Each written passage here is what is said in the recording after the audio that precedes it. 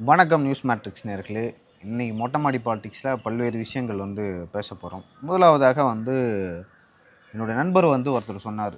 இப்போ தமிழக அரசு பள்ளிகள் பார்த்தீங்கன்னா நிறைய பேர் தற்காலிக ஆசிரியர்களாக இருக்காங்க. பிஎட், எம்எட், பிஹெச்டி, எம்ஃபில் முடிச்சவங்க அப்படின்னு சொல்லிட்டு. அவங்களோட தகுதிக்கு ஏற்ப ஒவ்வொருத்தவங்களுக்கும் ஒரு சம்பளம் கொடுக்கப்படுகிறது. குறிப்பாக இவர்களுக்கு சில பேருக்கு முழுவதும் இருக்கும். சில பேருக்கு வாரத்தில் 4 நாள் 3 நாள் கிளாஸ் இருக்கும். ஸோ இவர்களுக்கு கிட்டத்தட்ட ஒரு 2, 3 மாதங்கள் சம்பளம் கொடுக்கப்படவில்லை. இன்னும் சில பேருக்கு 1 மாதம் கொடுக்கப்படவில்லை. சில பேருக்கு முழுவதுமாக கொடுக்கப்படவில்லை அப்படின்னு சொல்லிட்டு ஒரு குற்றச்சாட்டு வருது. திமுக ஆட்சியில் தான் எங்களை கண்டுக்காமல் விட்டுட்டாங்க.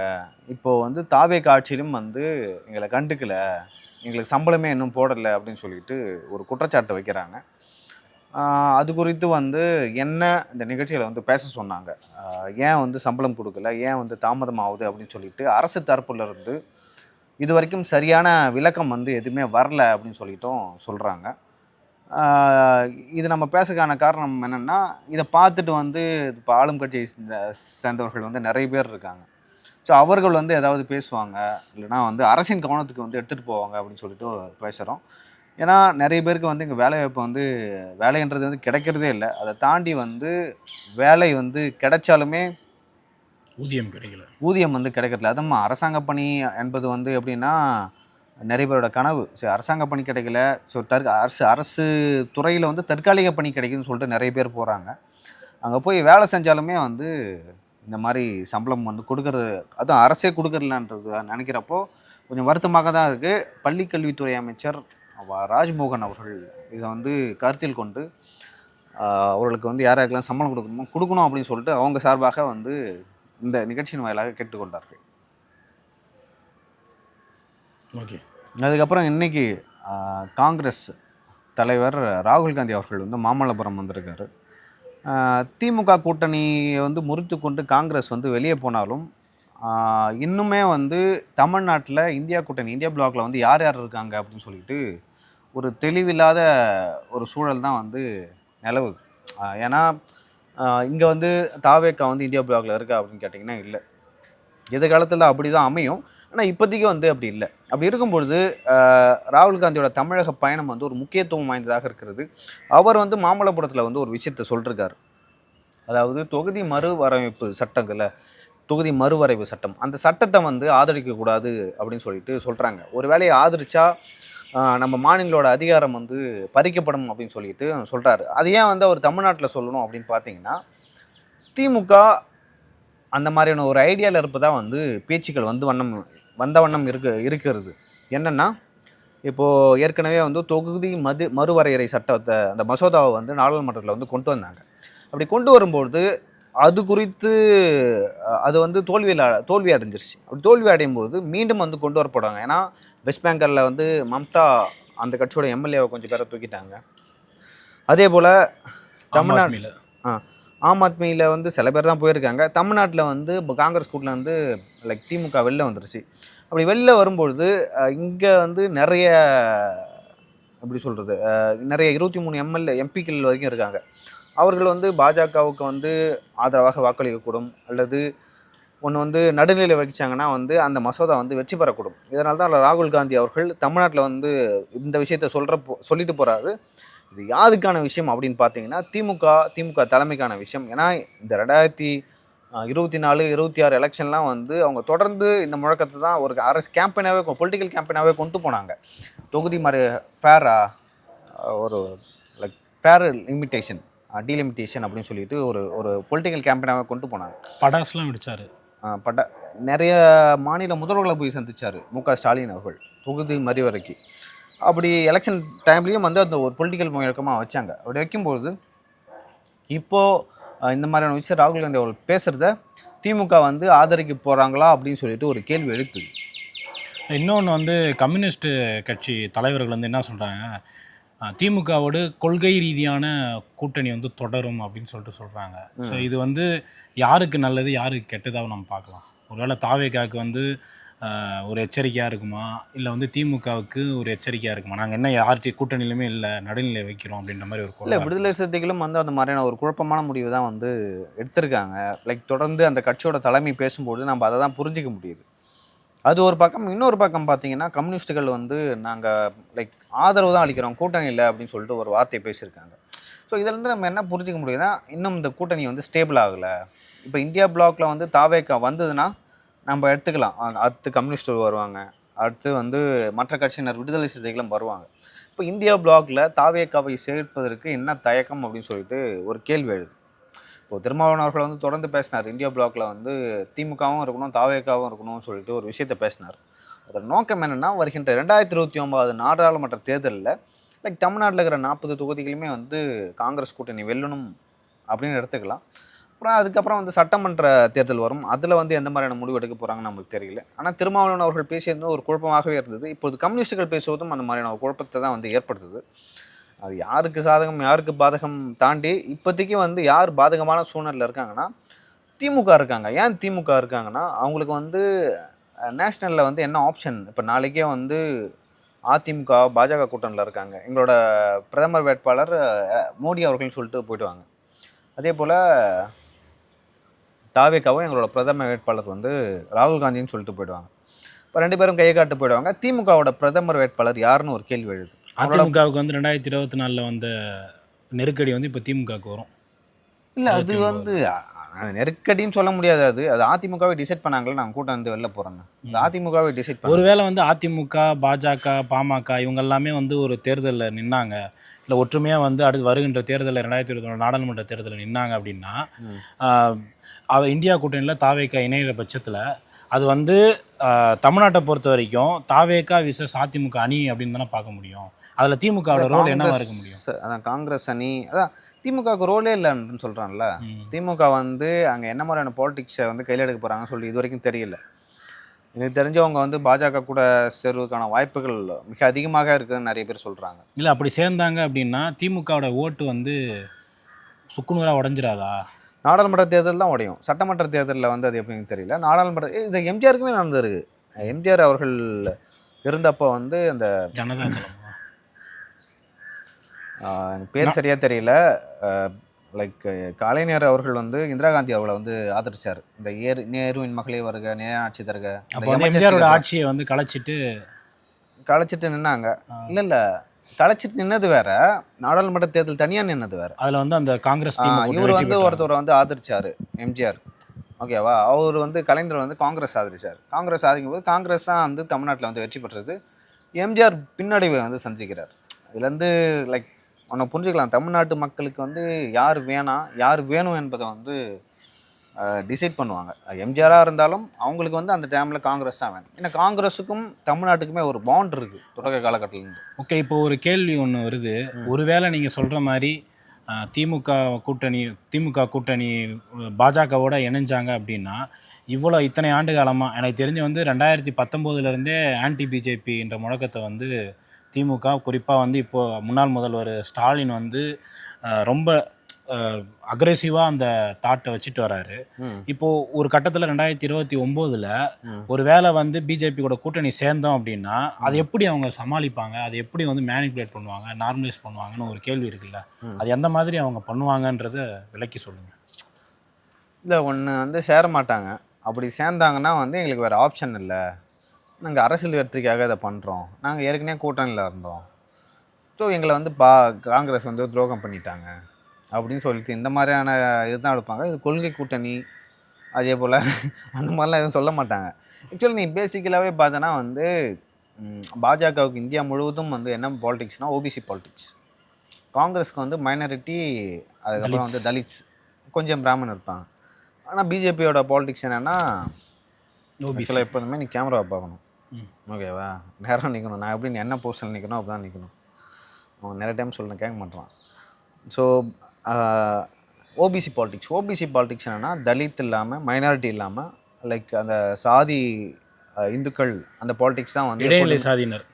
அந்த பாலிடிக்ஸ் தான் தமிழ்நாட்டில் வந்து திமுகவும் பண்ணுறாங்க. இப்போ திமுகவில் பார்த்தீங்கன்னா இடைநிலை சாதிகளை சொல்ல முடியாது, ஆதிக்க சாதிகள் அப்படின்னு சொல்லலாம். இப்போ இப்போ முக்கியமான அமைச்சர்கள்லாம் நீங்கள் திமுகவில் பார்த்தீங்கன்னா வந்து ஒரு ஒரு ஆதிக்க சாதியை சார்ந்தவராக இருப்பாங்க.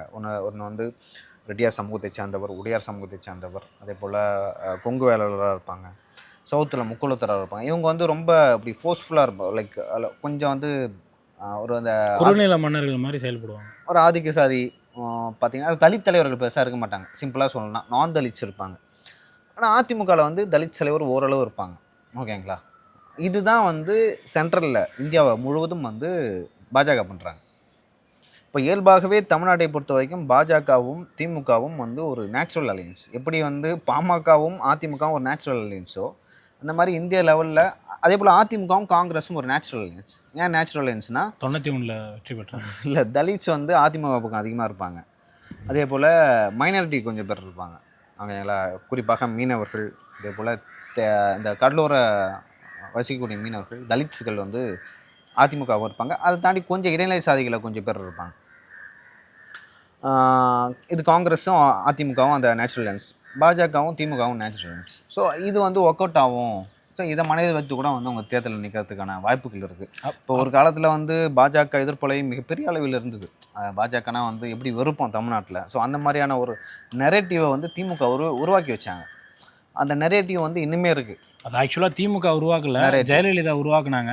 அவங்களுடைய மறைவுக்கு பிறகு இல்லை முதல்ல வந்து ஒரு குரலே வந்து மோடிக்கு ஆப்போனண்ட்டாக பேசினதே வந்து ஜெயலலிதா. இல்லை, அது ஜெயலலிதா அவர்கள் பேசினாங்க. அதை தாண்டி ராதாகிருஷ்ணன் அவர்கள் வந்து பொன் ராதாகிருஷ்ணனா அவர் வெற்றி பெற்றார், கன்னியாகுமரியில் வெற்றி பெற்றார். அப்புறம் அதே கூட்டணியில் இருந்த தருமபுரியில் அன்புமணி வெற்றி பெற்றார்ல. அந்த தாக்கம் வந்து இருந்தது அங்கே. எப்படி சொல்கிறது, அப்போ வந்து ஒரு மோடி அவர்களுக்கு வந்து ஒரு எழுச்சி இருந்தது தமிழ்நாட்டில். மோடி அலை இருந்தது. ஒரு 5% வாங்கினா நினைக்கிறாங்க. அப்போ அதிகபட்சம் 5-6 வாங்கினாங்க. இல்லை 10% கிட்ட வாங்கினாங்க. அப்போ அப்போயா வின்னிங்கே 2 இருக்குல்ல. திமுக 3ஆவது இடம் போச்சுல்ல. இல்லை, அன்புமணி வந்து பாஜக கூட்டணியில் இருந்தார். ஆமாம், பாஜக கூட்டணியில் தான் இருந்தார். அதாவது வந்து தேமுதிக 2014 பாமக, ஆமாம் பாமக பாஜக அப்படின்னு ஒரு கூட்டணி இருந்தது தமிழ்நாட்டில். தேமுதிகவும் அதே கூட்டணியில் தான் இருந்தாங்க. இல்லை, மதிமுகவும் பாஜக கூட்டணியில் தான் இருந்தது 2014. காங்கிரஸ் எதிர்கொள்ள வந்து அந்த மாதிரி அப்போ வந்து அந்த ஈழ போராட்டம் வந்து அப்போ வந்து வைகோ அவர்கள் கூட பயங்கரமாக மோடிக்கு ஆதரவாக பிரச்சாரம் பண்ணார். எப்படின்னா மோடி என்னுடைய மிக நெருங்கிய நண்பர் அப்படின்லாம் பயங்கரமாக பிரச்சாரம் பண்ணிட்டு இருந்தாங்க. அந்த தேர்தலில் திமுக வந்து சீட்ஸ் நம்பரில் 3ஆவது இடம் போயிடுச்சு. ஆமாம், அந்த தேர்தலில் வந்து 3ஆவது இடம் போயிட்டாங்க திமுக. இதை நம்ம எதுக்கு பேசணும்? திமுக பாஜக கூட்டணி இப்போ ஆக்சுவலாக அந்த நிறைய ஜெயலலிதா அவர்கள் உருவாக்குனாங்க. பட் அதை வந்து இப்படி சித்தாந்த ரீதியாக உருவாக்கல. ஓகேங்களா? ஒரு லீடர் உனக்கு எனக்குமா நீ நானா அப்படின்னு சொல்லிட்டு உருவாக்குனாங்க. ஆனால் திமுக சித்தாந்த ரீதியாக அதை ஒர்க் அவுட் பண்ணி சக்ஸஸ்ஃபுல்லாக வந்து வின் பண்ணாங்க. இவங்க வந்து சித்தாந்தமா அண்டர் கிரவுண்ட் டீலிங் இருந்தாலும் அது ரொம்ப இப்படி ஸ்ட்ராங்காக இருந்துச்சு. நீங்களாம் ஒரு காலகட்டம்லாம் கோ பேக் மோட்டிலாம் வந்து வேர்ல்டு லெவலில் ட்ரெண்ட் ஆகும். அந்த அளவுக்கு போட்டு அடிச்சாங்க பாஜகவை. கருப்பு பலன் விட்டாங்க. அதெல்லாம் பயங்கர அசிங்கம் நம்மளுக்கு. இப்போ நாம் வந்து பெரிய தலைவராக இருக்கோம், 4 பேர் நம்மளுக்காக போராடினாங்கன்னா களத்தில் தெரிஞ்சிக்காது. அதே மோடி அவர்கள் வந்து 2022 வரும்போது வெள்ளை கொடை பிடிச்சி வரவேற்றாங்க. அதான் அரசியல். என்ன பண்ணுறது? எதுக்கு நான் சொன்னேன், அந்த ஒரு எதிர்ப்பலை சித்தாந்த ரீதியான ஒரு எதிர்ப்பலையை வந்து இங்கே கட்டமைச்சிட்டாங்க திமுக. அதை தாண்டி வந்து அவங்க கூட்டணி வைப்பாங்களா அப்படின்னு பார்த்தீங்கன்னா வைக்க மாட்டாங்க. அப்போ திமுகவுக்கும் கூட்டணி இல்லையா அப்படின்னு ஒரு கேள்வி, கொள்கை இல்லையான்னு ஒரு கேள்வி வரும். அப்போ கொள்கை இல்லை, அப்போ வந்து நீங்கள் தாவேக்காவை இப்போ விமர்சனம் செய்கிறீங்கல்ல, தற்கூரிகளில் உங்களுக்கு கொள்கையே இல்லை, சித்தாந்தம் இல்லைன்னு சொல்லிட்டு அதே விமர்சனத்தினா உங்கள் மேலே வைக்கலாம். நீங்கள் வந்து இவ்வளோ நாள் வந்து பாஜகவை எதிர்த்து அரசியல் செஞ்சுட்டு இப்போ பாஜக கூடயே வந்து கூட்டணிக்கு போனால் நாங்கள் உங்களை எப்படி நம்புறது அப்படின்னு சொல்லிட்டு மக்களுக்கு தனியாக நிற்க வேண்டியது தான். இல்லை, உங்களுக்கு வேறு ஆப்ஷனே இல்லை. எனக்கு தெரிஞ்சு தனித்து ஆட்சியை பிடிச்சது தமிழ்நாட்டு வரலாற்றிலே வந்து செல்வி ஜெயலலிதா அவர்களுடைய அதிமுக தலைமையிலான கூட்டணி மட்டும்தான் தனிச்சு இது வரைக்கும் ஆட்சி பண்ணியிருக்காங்க. இது வரைக்கும் எந்த கட்சியும் தனிச்சு ஆட்சி நடத்துறது. தாவேக்கா கூட கூட்டணி, ஆமாம் எலெக்ஷனை ஃபேஸ் பண்ணாங்க. ஆனால் பெரும்பான்மை கிடைக்கல. இல்லை, அவங்க தான் பெரும்பான்மை. ஆனால் ஆட்சி அமைக்கான அந்த மெஜாரிட்டி இல்லை அவங்ககிட்ட. அப்பயுமே கூட்டணி ஆட்சி கணக்கு தானே. அது கூட்டணி ஆட்சி தான், இது கூட்டணி ஆட்சி தான். பட் ஆனால் இவர் வந்து இப்போ எம்ஜிஆரோட நிறைய பேர் கம்பேர் பண்ணுறாங்க விஜயை. எனக்கு தெரிஞ்சு அது எம்ஜிஆரை தாண்டிய ஒரு வெற்றியை நான் பார்க்குறேன். ஏன்னா அவர்னாச்சும் அண்ணா கூட இருந்தார், பெரியார் கூட இருந்தார், அப்புறம் திமுகவில் இருந்தார். இவர் எங்கேயுமே இல்லை, ஸ்ட்ரைட்டாக வந்து எலெக்ஷன் தான் ஃபேஸ் பண்ணுறாரு. அதுவே வந்து ஒரு பெரிய விஷயமாக நான் பார்க்குறேன். ஸோ இந்த விஷயம். அப்புறம் அடுத்ததாக வந்து தமிழக முதல்வர் வந்து கர்நாடகா போகிறதா இருந்தார். எங்களுக்கு வந்து மேகதாதுல அணை கட்டக்கூடாது, தண்ணி திறந்து விடணும் அப்படின்னு சொல்லிட்டு அவர் வேணாம் அப்படின்னு சொல்லிட்டு சொன்னாங்க. அதையும் தாண்டி வந்து காவிரி நீர் நதிநீர் ஆணையம் இருக்குல்ல, அவங்க தண்ணியை திறந்து விட சொல்லிட்டாங்க. அது இல்லாமல் மழை வந்து மேற்கு தொடர்ச்சி பகுதி, அதாவது காவேரி நீர்பிடிப்பு பகுதியில் மிகப்பெரிய அளவில் வந்து மழை பெஞ்சிக்கிட்டு இருக்கு. இப்படி மழை பெய்யும்போது அங்கே இருக்கிற அணைகள்லாம் மிக வேகமாக நிரம்பி வருகின்றன. அதனால் வந்து கிட்டத்தட்ட ஒரு 10,000 கனஅடி, அதாவது அந்த அணை வந்து 15,000 கனஅடி நீர் வந்து உள்ளே வருது. இவங்க 10,000 கனஅடி நீர் வந்து திறந்து விட்டுறாங்க. ஸோ கூடிய விரைவில் வந்து டெல்டா மாவட்டங்களில் விவசாயம் செய்யக்கூடும் அப்படின்னு சொல்லியிருக்காங்க. 1000 நீதிமன்றங்கள் வந்து உத்தரவு போட்டு நான் மறுத்தாலும் இயற்கை முன்னாடி யாருமே ஒன்றும் இல்லை, பண்ணல. அது சிவகுமார் அவர்களுக்கும் வந்து தண்ணியை விடக்கூடாதுன்னா இல்லை. பட் இதை வச்சு இப்போ அங்கே வந்து நிறைய பேர் போராட்டம் பண்ணுறாங்க. அவங்களாம் வந்து பாஜகவின் தூண்டுதல் தான் பண்ணுறாங்க. இல்லை, மாநிலம் தழுவிய கடையெடுப்பு போராட்டத்துக்கு கூட அழைப்பு விடுத்திருந்தாங்க வணிகர் சங்கம். ஆமாம். இப்போ மழை வருதுன்னா நம்ம தண்ணி அடிச்சு வச்சு என்ன பண்ண முடியும்? அப்போ வந்து டேமே உடஞ்சின்னு தான் போக முடியும். வெள்ளத்தால் முழுக்கப்பட்டுரும். இயற்கையை ஏற்றி யாரும் ஒன்றும் பண்ண முடியாது. அதுதான் சொல்கிறேன், இயற்கை வந்து யாருக்குமே சொந்தம் இல்லை. அவரே அதை சொல்லியிருப்பாரு. ஆமாம், அவர் சிவகுமாரே அதை சொல்லிருக்காரு. அதனால தான் தண்ணி விட்டுறாங்க. இதை வச்சு அங்கே வந்து பாஜக பெரிய அரசியல் செய்வாங்க. பட் அதான் சொல்லுவாங்கள்ல, நம்ம விஜய் அவர்களுடைய படத்தில் கூட இவரை மட்டும் நீங்கள் காவேரிக்கு அமிச்சிங்கன்னா கர்நாடகாவிலேருந்து தண்ணியை நேக்காக தள்ளிட்டு வந்துடுவார். அந்த மாதிரி இவர் போகாமலே வந்துருச்சு தண்ணி. உண்மைதானே? உண்மைதான். சரி, ஆக்சுவலாக நீ வந்து இங்கே தாவேக்காவில் இருக்கிற அமைச்சர்கள், முதல்வர் வந்து இந்த மாதிரி காவிரி இஷ்யூ ஆகட்டும், இந்த வந்தே மாதரம் பாடலை முதலாக பாடணும் அப்படின்னு சட்டம்லாம் ஏற்றுறாங்க. அதை எப்படி நீ பார்க்குற? அது உண்மையாலுமே வந்து வரவேற்கத்தக்க ஒரு விஷயம்தான். ஏன்னா திமுக ஆட்சியில் இருக்கும்போதே அது முதலாவதாக பாடப்பட்டிருக்கு. அதாவது வந்து எதை சொல்கிறீங்க? இல்லை, அந்த சட்டத்தை நீ எப்படி பார்க்குற? யார் தமிழ்நாடு அரசு? இல்லை, அது வந்து அதெல்லாம் வந்து ஒரு இஷ்யூ. ஆக்சுவலாக நீ எப்படி பொலிட்டிக்கலாக அதை நீ பார்க்கணும். இப்போ வந்தே மாதரம் பாடல வந்து முதல்ல பாடணும்னு சொல்லிட்டு ஒரு சட்டத்தை வந்து பாராளுமன்றத்தில் கொண்டு வராங்க. அது ஒன்று. காவிரி மேகதாது அணை தண்ணீர் திறந்து விட மாட்டான்னு சொல்கிறாங்க. இதெல்லாம் தாவேக்காவோட இருக்கிற மினிஸ்டர் தலைவர்கள், இல்லை கட்சியில் இருக்கவங்க, முதல்வர் யாருமே ஒரு ப்ரெஸ் மீட்டை வச்சு அட்ரஸ் பண்ண மாட்டாங்க. ஒரு ஸ்ட்ராங்கான வாய்ஸ் அவங்க கட்சியிலேருந்து வரமாட்டேங்குது. பட் அவங்க தான் வந்து சித்தாந்த ரீதியான அரசியல் பண்ணல. ஓ, சித்தாந்தம் இல்லை, இது ரைட்ஸ் வேறு, சித்தாந்தம் வேறு. இது வந்து நம்மளோட உரிமை, இந்த ஸ்டேட்டோட உரிமை. இந்த ஸ்டேட்டோட உரிமைக்கு நீ சிஎம்மாக இருக்க. சிஎம்மாக இருக்கும்போது நீ என் உரிமையை வந்து வாங்கி கொடுங்க. உன்னை நம்பி தானே நான் காவலுக்கு வச்சேன், இப்படி ஏன்டா பேசாமல் இருக்க அப்படின்னு நான் கேட்குறேன்ல. அந்த மாதிரி எதுக்கு பேசாமல் இருக்க நீ? அது வந்து உண்மையில தவறான ஒரு விஷயம். தவறான விஷயம்னு சொல்ல முடியாது. அவங்களுக்கு இன்னமும் வந்து பொலிட்டிக்கல் அவேர் கொஞ்சம் வரணும்னு பார்க்க. பொதுச் செயலாளர் ஆனந்த் அவர்களிடம் வந்து அவர் தான் வந்து அந்த துறையை வந்து நீர்வளத்துறை அவர் தான் அவர் கேள்வி கேட்கும்போது நான் வரேன்னு சொல்லிட்டு பாதியிலே. அவர் சென்னையில் நிறைய இடத்துல குளங்கள்லாம் தூர்வாரிட்டு இருக்காரு. அந்த மாதிரி நிறைய விஷயங்கள் பண்ணிகிட்டு இருக்காருல்ல. இது வந்து ஸ்டேட் டு ஸ்டேட்டு, அவங்க ஸ்டேட் டு ஸ்டேட் தான். அதான் இது குறித்து வந்து நாங்கள் வந்து நடவடிக்கை எடுப்போம், பேசுவோம். நாங்கள் வந்து தலைவர்கிட்ட பேசிட்டு சொல்கிறோம், இல்லை நாங்கள் அமைச்சரவை கூடுவோம், இல்லை அனைத்து கட்சி கூட்டம் கூட்டிகிட்டு நான் உங்கள்கிட்ட வந்து பேசுகிறேன் அப்படின்னு சொல்லிட்டு சொல்லணும். இதே நிர்மல் தான் வந்து கரெக்டாக ஹேண்டில் பண்ணுறாரு. எல்லா கொஷினும் அமைச்சர் நிர்மல் அவர்களிடம் தான் கேட்கப்படுது. ப்ரெஸ்ஸையும் வந்து சூப்பராக நிர்மல் அவர்களை விட ராஜ்மோகன் அவர்கள் தான் இன்னமும் தெளிவான அணுகுமுறையில் பண்ணுறாரு. ஒரு சில விஷயங்கள் அவர் பொலிட்டிக்கலாக சரி, அவர் பேசுறது ஓகே, நல்லா பேசுறாரு, சூப்பராக பேசுறாரு, பொலிட்டிக்கலாக பேசல. ஆனால் நிர்மல் அவர்கள் வந்து பொலிட்டிக்கலாக பேசுகிறாரு. இப்போ காவேரி விஷயத்தில் வந்து பேசுகிறாரு. அதுக்கப்புறம் வந்து ஏன்னா ஒரு சட்டத்துறை அமைச்சர் மேகதாது பற்றி வந்து பேசுகிறாரு. இல்லை, துறை அமைச்சர் சரி, நீங்கள் எல்லா துறைக்கும் வந்து சட்டத்துறை அமைச்சர் அவர் தான், சட்டம் அவர் வைக்கிறோம். பட் துறை சார்ந்து வந்து ஒரு கேள்வி கேட்கும்போது அதை வந்து இக்னோர் பண்ணிட்டு போகவே கூடாது. இவருக்கு வந்து நீண்ட நெடிய ஒரு அரசியல் கட்சி, நிறைய அரசியல் ஆக்சுவலாக இதில் வந்து ஸ்கோர் பண்ணது யாருன்னா அந்த வந்தே மாதரம் பாடலுக்கு கனிமொழி அவர்களும் ஆர் ராசா அவர்களும் தான். அவங்க தான் வந்து அந்த விஷயத்தில் வந்து கரெக்டாக பேசியிருக்காங்க. அதாவது எங்கள் ஸ்டேட்டுக்குன்னு ஒரு பாட்டு இருக்குது, எங்கள் ஸ்டேட்டுக்குன்னு ஒரு கலாச்சாரம் இருக்குது. அப்படி இருக்கும்போது எங்கள் ஊரில் வந்து எங்கள் பாட்டு தான் ஃபஸ்ட்டு பாடுவோம் அப்படின்னு சொல்லிட்டு அதை கனிமொழி அவர்கள் பேசியிருக்காங்க. அதை வந்தே மாதரம் பாடலை எதிர்க்கிறதுக்கான ரீசன் என்னவா இருக்கும்? ஆக்சுவலாக வந்து வங்காள பிரிவினையும் போது அது வந்து இல்லை, பாகிஸ்தான் பிரிவினை போது, வங்க பிரிவினையும் போது சொன்னாங்க. வங்க பிரிவினையும் போது தான் அந்த பிரித்தாளும் கொள்கையும் போது வந்து பாடப்பட்ட பாடல். அது ஆக்சுவலாக வந்து இவங்களோட பாடு, ஆர்எஸ்எஸோட பாட்டு. ஆர்எஸ்எஸ் பாட்டில் ஆர்எஸ்எஸ் சித்தாந்தத்தோட கருத்துக்கள் அந்த பாட்டில் இருக்குது அப்படின்னு சொல்லிட்டு ஆர் ராசா அவர்கள் சொன்னார். அவர் பேசும்போது மைக் ஆஃப் பண்ணிட்டாங்க. அவர் தான் வந்து கரெக்டாக அட்ரஸ் பண்ணார் அந்த இஷ்யூ. இல்லை, இப்போ தேசபக்தின்றது எப்படி வரணும்னா உனக்கு வந்து தன்னால் வரணும். அப்பா, என் நாடு எனக்கு இதை பண்ணியிருக்கு, எங்கள் நாட்டில் நான் பாதுகாப்பாக இருக்கேன், நிம்மதியாக இருக்கேன் அப்படின்னு சொல்லிட்டு.